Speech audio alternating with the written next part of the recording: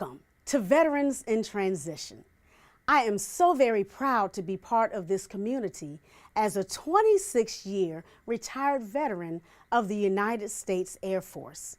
In today's episode, we will profile a few women who have transitioned from military service into civilian life. So when you think about the month of March, what comes to mind? Is it March Madness? Perhaps it's cherry blossoms, or maybe even daylight savings time. For me, it's Women's History Month. So today, we will look at a few notable women who have made historical contributions in contemporary society. Reverend Alice M. Henderson, a minister in the African Methodist Episcopal Church, became the first woman to officially serve in the United States Army Chaplain Corps in July 1974. She was sworn in at a ceremony at the United States Army Forces Command at Fort McPherson, Georgia, and served for 13 years. Most of her Army memorabilia was collected for display at the American Military Museum in Charleston, South Carolina. Martha Elizabeth Mcsalley is a United States Air Force combat veteran. She served from 1988 to 2010 and rose to the rank of colonel before retiring from active duty with 22 years of commissioned service. She is noted as one of the highest-ranking female pilots in the history of the United States Air Force and was the first American woman to fly in combat following the 1991 lifting of the prohibition on female pilots in combat. She is currently a politician serving as the junior U.S. Senator for the state of Arizona. Jan Adams held the rank of Chief Master Sergeant before retiring from the United States Air Force after 24 years of outstanding service. She founded JMA Solutions in 2005. Since then, she has grown the company through to assist the FAA and other clients in the areas of acquisition planning, air traffic management, and information technology. Ms. Adams is active in the community, serving on numerous boards. Ms. Adams has selected to be inducted into the Washington, D.C. Hall of Fame in April 2019. I had the opportunity to interview Janie Mines, the first African-American female to graduate from the United States Naval Academy. She graduated with her Bachelor of Science in Engineering. Since retiring from the United States Navy, she has held a number of management positions across the corporate spectrum. She is also a published author. Here is that interview. We are so glad that you're here. Welcome to Vets in Transition. How are you doing today? I'm fantastic, and I'm very pleased to be here today. We are excited to hear what you have to say.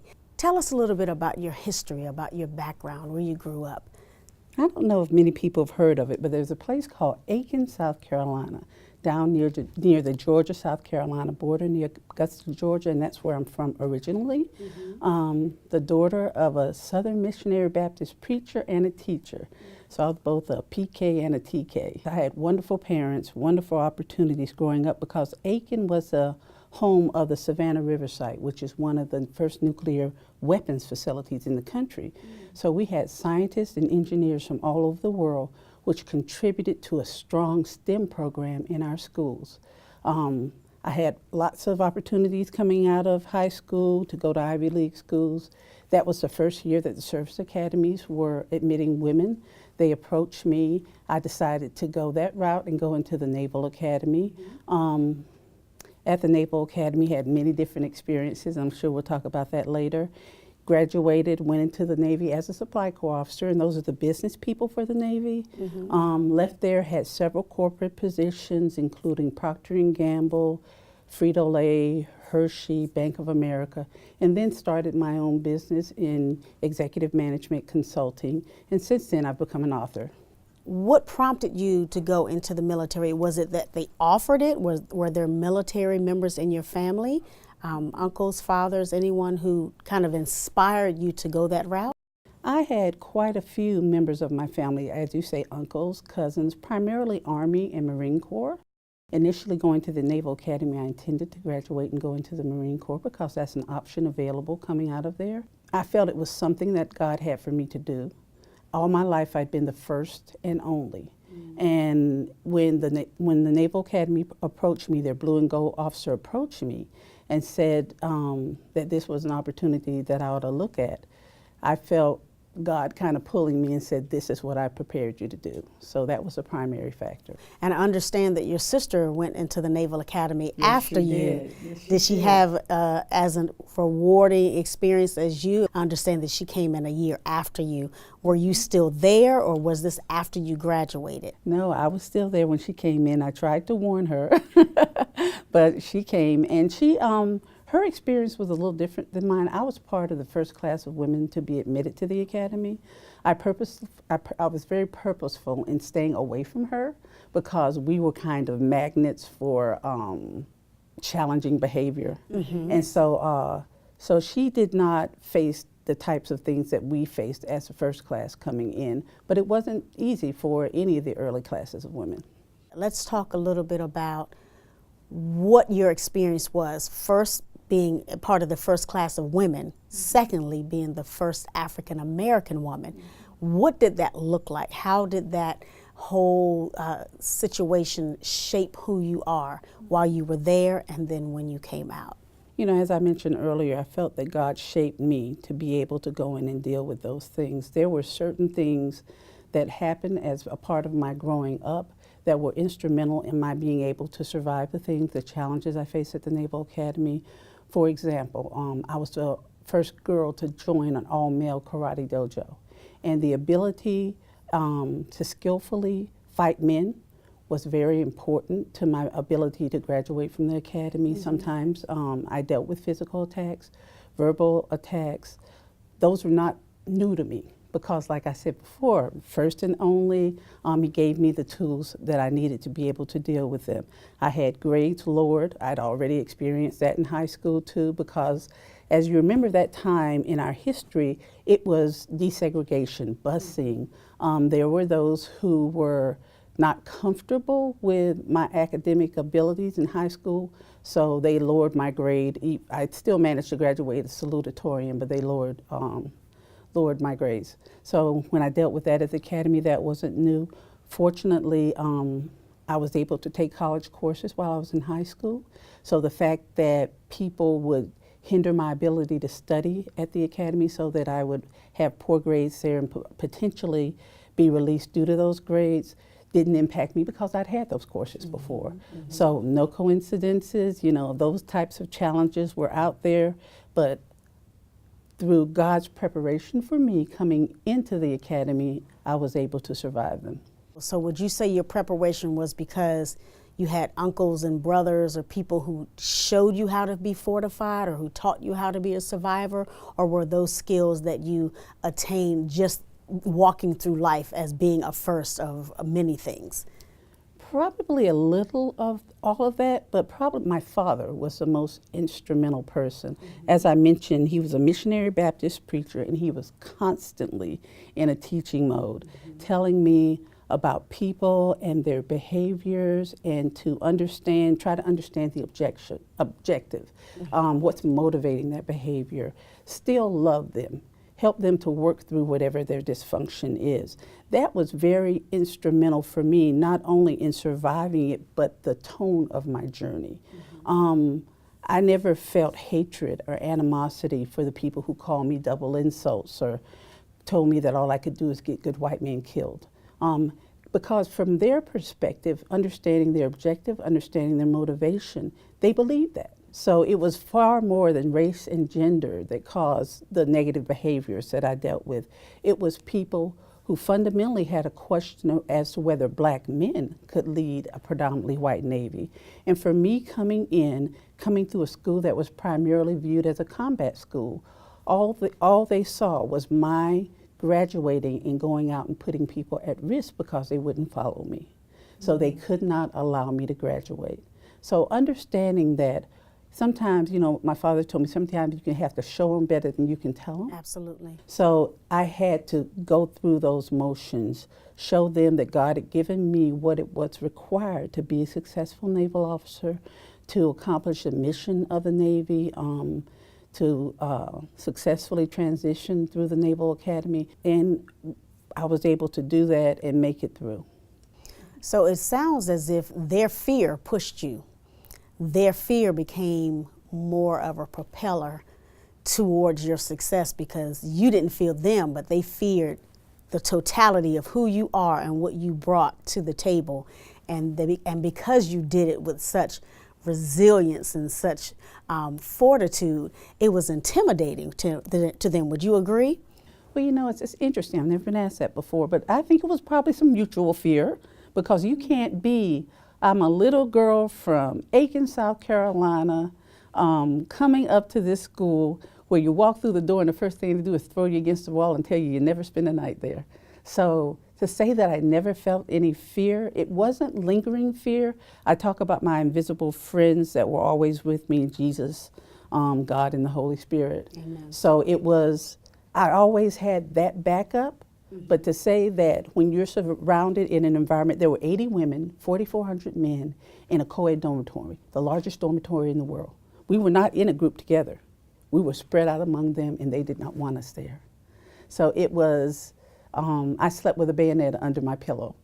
So you did what you had to do. Their fear, though, helped me, motivated me from the perspective. One thing my father taught me is that society, parents, issues in people's lives teach them ignorance. They teach them misconceptions about other people. And it causes that fear. Absolutely. So he said to be patient, to work with them, to show them better. And so that part of their field did propel me forward.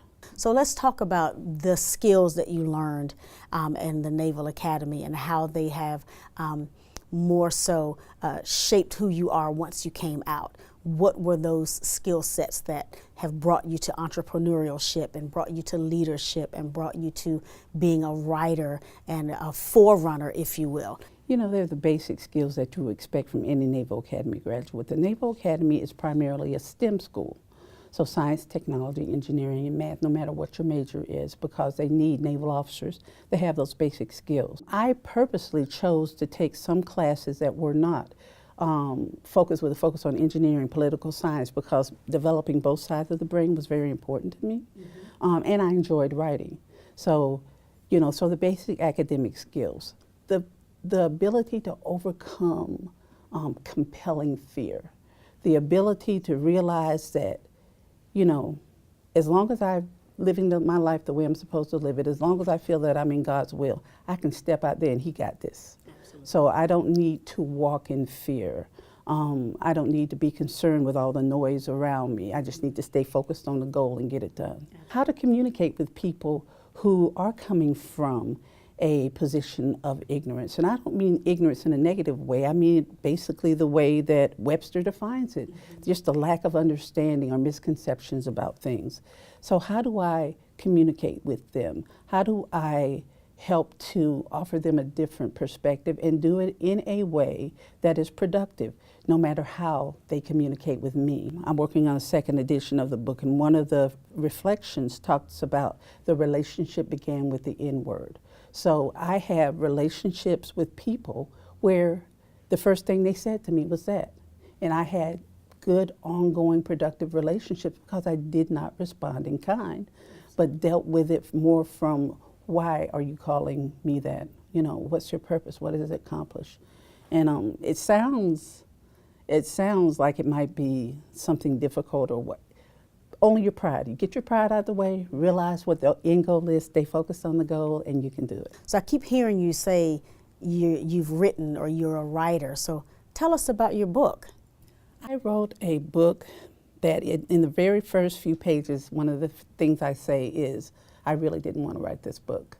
It's the students at the Naval Academy are called midshipmen, and they have asked me over and over throughout the decades to please write a book. I continue to mentor midshipmen and junior officers, and they talk about different topics. And these topics, I have 25 what I call reflections in the book. There's no coincidences, reflections of the first black female graduate of the United States Naval Academy is the title of the book. And they're based on questions that these young officers and midshipmen have asked me about surviving and thriving as they progress through their careers or as they attempt to graduate from the Naval Academy. It was something that God had for me to do. I kept promising him I'd do it, but as you can imagine, as I progressed through the academy, what he did for me was help me to never have to stop and look at what was happening around me. Always prepared to move forward, deal with what was around the corner, not look back and kind of feel it. Writing the book forces you to revisit that, and I'd never had to do that before, so I'd always avoided doing that. But I got it done. I think he's pleased. Now I'm going around and sharing the key messages of that book. And the first one we've kind of talked about, that there are no coincidences. God has a plan for us. If we're willing to live in his will, we have nothing to worry about. There's no fear. Secondly, we all do things in our lives. If you live long enough, you've done something, you know, that you may not be happy about or whatever. We need to learn to forgive ourselves, forgive each other, and move on in love. And then thirdly, that communication piece, no matter how difficult it may be, no matter how negative the initial encounter may be, we have to communicate honestly without calling each other names, without making judgments, seek to understand before we open our mouths and make judgments about other people. That's for God. None of us are perfect enough to be judging one another. So those are the three primary messages. And what I'm doing now as God moves me forward, because doing things like this are not my natural nature. So as we move forward, I'm going out and sharing these messages that he placed on my heart and asked me to share through the book. So with your engineering background, how did that become a springboard for your current career or your entrepreneurship or the business that you've started? How does all of that come into play? How are they married to one another? Being comfortable with engineering and technology, I used it primarily in my civilian career. I've been a production manager at a chemical processing plant for a large consumer goods industry company, and there were a lot of control systems, mechanical systems, things that we had to keep going. So that was a part of my responsibilities in terms of running the production of that facility. Engineering, STEM, science, technology, engineering, math. I am what they call in business a Six Sigma Master Black Belt. So statistics, understanding processes, whether they be technical processes or business processes, and how to assess the performance of those and target the performance to accomplish specific goals. The fundamentals of engineering and math play into being able to successfully do those things into that type of mindset that makes it comfortable for you to do those things. STEM, you talked about the Naval Academy being centered around STEM. Talk to us about that. How does that look? Because we know that in our country we're falling a little short in our STEM programs, and we have other countries that are coming in and they are basically taking over the science, technology, engineering, and mathematics. And here in our own backyard, we have students who are just not interested. How would you encourage students to be interested in STEM programs, and how can their families help push them in that direction? You know, it's interesting as our young people, I was talking to some young people at Annapolis High School recently, and I got the feeling from quite a few of them, I'm not good at math, I'm not good at science. Why aren't you good? Who told you you weren't good? Why do you own those negative messages for yourselves? It is not an option to not be good at STEM in the world that we're facing. They will sit there, play video games at a rate of speed that we cannot even imagine. Many of those similar types of equipment are used to guide missiles, to guide aircraft, to that same type of mindset and capability is part of STEM. You're doing STEM now. Some of the more young men that I've known and that I've worked with have been involved in the unlawful side of business. Those boys could calculate math in their head better than any weights, dollars, better than anybody that, and then they'll sit back and tell me they're not good at math. You know, we have to realize that we don't own the negative messages that other people put in our heads. My father would tell me, nobody can ride my back unless I bend over and let them. So they have to feel positively, speak blessing into one another's life. Don't speak negative. Don't allow other people's negative comments about you to dissuade you and discourage you. Stay focused on those things, because we need to, of course, we need to know how to communicate. We need to know how to write and read. But with the world moving in the direction it is now, even those things will be focused towards STEM. So if my son, I would ask him all the time, what do you want to do? He said, I want to make money. So if you're motivated by money, you need to learn STEM. You said you do consulting. Do you also do mentorship? I'm part of the mentorship program at the Naval Academy, so they have a formal mentorship program there. I have a lot of informal mentees. I try not to turn people away, so if there's something that I can offer to whomever, I do that. I will often work with young people coming out of college that need the experience to be able and do other things. So I'll bring them in and have them work with me for a while and give them experience in the key areas they'll need to be able to successfully transition in their careers. So in other words, you give back. I had a program for socioeconomically disadvantaged young men. So boys, they were middle school and high school boys. It was called Boys to Men. I started that and ran it for 10 years. Now I'm trying to transition it to one of the young men that has graduated from that program. But that was also a blessing in my life, because those young men were phenomenal. They came from very, very difficult backgrounds, and they made a decision. I give all the credit to them and God, because they came from backgrounds where, you know, the fathers weren't there or were incarcerated. Many of the mothers faced some challenges of their own. And these young men took advantage of the opportunity, and not just the opportunity, but the pathway. I'm often disillusioned when I hear people say, I give opportunities, but not a real pathway to achieve them. That was a blessing in my life too, and I continue to have these young men in my life. If we talk about perseverance, we know that you had to persevere coming through the Naval Academy. How would you speak to someone who feels as though perseverance is not something that they have, it's not something they don't know how to push through or press through situations, life, failures, joys, whatever the case may be?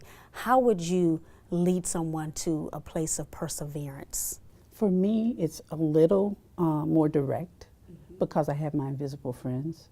So it's easier for me to persevere, but everybody is not there. So until they're more comfortable with that, or until they're able to get there, preparation, understanding the objectives, understanding the motivations, understanding the environment around you, being very conscious of what is causing the things that you're trying to persevere against. Don't take everything personally.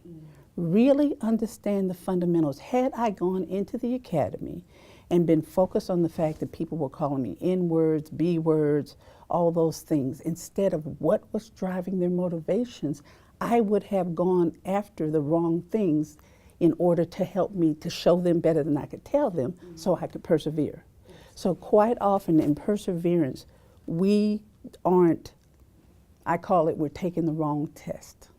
So if I thought my test was one thing and behaved a certain way and responded a certain way, I would have failed and not been able to persevere, because I didn't understand the fundamentals of the test. So that is, I have God to help me with that. I encourage others, if you don't have them, to try them.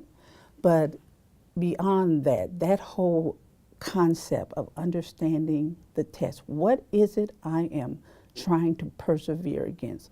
What are the motivations that are making it so challenging? What is not just perseverance, but what is my objective in terms of getting through this? How do I thrive and journey in such a way that I am a testimony or an example that God can use. So those things are important to me when I talk to people about perseverance. But fundamentally, if you don't understand what you're persevering against, you're going to fail. We hope you've enjoyed this episode of Veterans in Transition, and we would love to hear your feedback. Please reach out to us at vetsintransition.com.